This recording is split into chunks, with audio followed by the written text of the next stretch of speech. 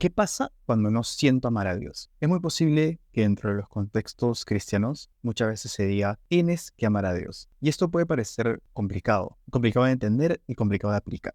C.S. Lewis es un autor anglicano que escribe diversos libros, muy conocido por las Crónicas de Narnia. Esta de aquí es una edición de clásicos selectos. Aquí pueden encontrar varios libros, entre ellos Mero Cristianismo, El problema del dolor, El gran divorcio, Una pena en observación, entre otros. Este es un libro de la editorial Grupo Nelson y la verdad es súper completo. Ahora, volviendo a este tema, ¿qué pasa cuando no siento amar a Dios? Lewis, en Mero Cristianismo, va a hablar acerca de una consideración importante cuando hablamos acerca del amor, ya sea al prójimo o a Dios. Para esto, Lewis va a considerar 3 virtudes teologales, que son las mismas 3 virtudes que habla Santo Tomás en la Suma Teológica, que son la fe, la esperanza y la caridad. Y en este video nos enfocaremos en la última, la caridad. La caridad no tiene que ver, para Lewis, con esta consideración de solidaridad con el prójimo, sino más bien es una categoría de acto. Es en sí misma la definición de lo que implica el amor cristiano. El amor cristiano entonces es un amor activo,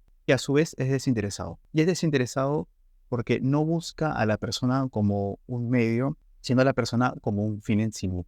Es decir, realza su dignidad y categoría como persona. Y además tiene un componente muy importante para Lewis, que es el tema de la voluntad. Es decir, el amor cristiano, dirá Lewis, no es una cuestión de emotividad o una cuestión sensitiva, sino más bien tiene que ver con el acto de elegir, es decir, el acto volitivo, el acto de la voluntad. No ama porque siente amar, sino que uno ama porque elige amar. Y esta va a ser una consideración muy importante para responder la pregunta planteada. Podemos entender entonces de que el amor que se plantea a Dios es una cuestión de la voluntad, ya que se orienta al bien supremo, y Dios es aquel bien absoluto. Lewis entonces planteará lo siguiente en su libro. Si leemos, dice lo siguiente, acerca de la segunda clase de amor. La gente a menudo se preocupa. Se les dice que deben de amar a Dios y no pueden hallar ese sentimiento en sí mismos. La pregunta entonces es, ¿qué deben hacer? ¿Qué deben hacer las personas que no sienten amar a Dios? Y fíjense lo que Lewis va a responder. Lewis va a decir, no intentes fabricar sentimientos. Más bien, pregúntate lo siguiente. Si yo estuviera seguro de amar a Dios, ¿qué haría? Cuando hayas encontrado esa respuesta, ve y hazla. Como vemos, C.S. Lewis lo que está enmarcando aquí es que el amor y la disposición de elegir a Dios no tiene que ver con el hecho pasajero o voluble de los sentimientos, sino más bien tiene que ver con una determinación de la persona en pos de ese bien. Veamos esta parte del detalle. Lewis dice, compórtate como si lo amaras. Eso quiere decir que actúa en determinación de esa conciencia. No está diciendo que tengas que impostar una realidad que no existe. Lo que está tratando de determinar es que tus actos vayan en relación y en pos de una verdad. Además añade de que uno no debe intentar fabricar cuestiones que en ese momento no siente. Y ese es un punto importante, porque muchas veces nosotros queremos sentir cosas para confirmar a través de la experiencia que estamos viviendo una realidad. Pero no necesariamente es así. Y Lewis es muy preciso en esto. Lewis le está dando un argumento más sólido al actuar del hombre que al sentir del hombre. Y este es el primer argumento de Lewis para aseverar esto. Número 1, uno puede estar más seguro y confiado en el amor de Dios por uno que en el amor de nosotros por Él. Y esto es clave para poder entender todo este análisis que C.S. Lewis propone. Porque la cuestión de amar a Dios debe estar sujeto primero al lograr de Él con nosotros. Posterior a ello, la síntesis de compórtate como si lo amaras. Y a priori, nadie quisiera amar a un Dios que no conoce.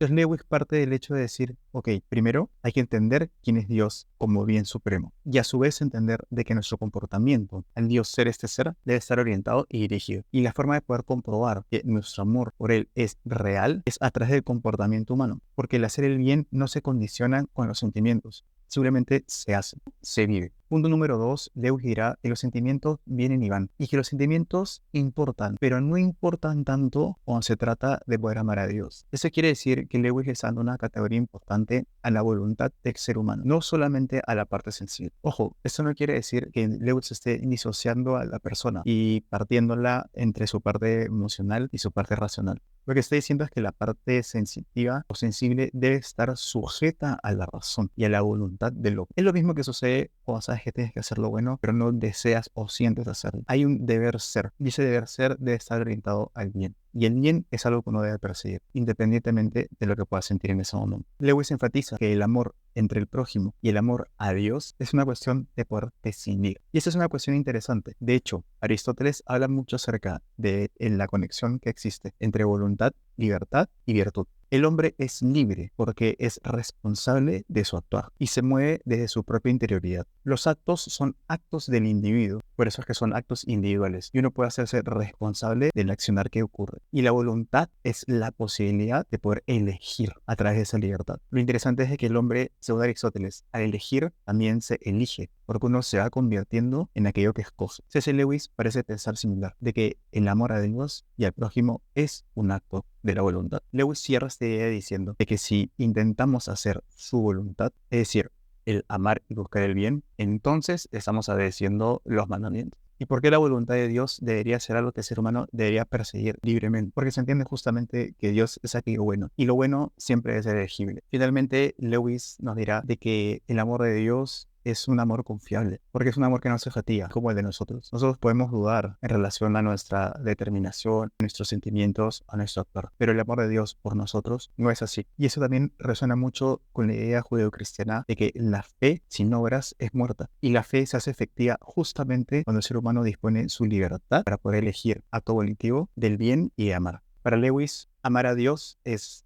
amar lo que Dios desea. Y Dios lo que desea para el hombre es que el hombre busque tanto el bien como el amor, que ejerza su libre voluntad buscando el bien, que sienta cosas, que reflexione, pero que nuestras pasiones y nuestros deseos no interfieran con nuestra elección de lo bueno. Según Lewis, el amor a Dios es una cuestión de la voluntad. ¿Qué piensas? ¿Qué piensas sobre el pensamiento de C.S. Lewis? ¿Ya has leído antes Mero Cristianismo? Déjamelo saber en los comentarios y nos vemos en otro video para hablar más acerca de teología. Chau, chau.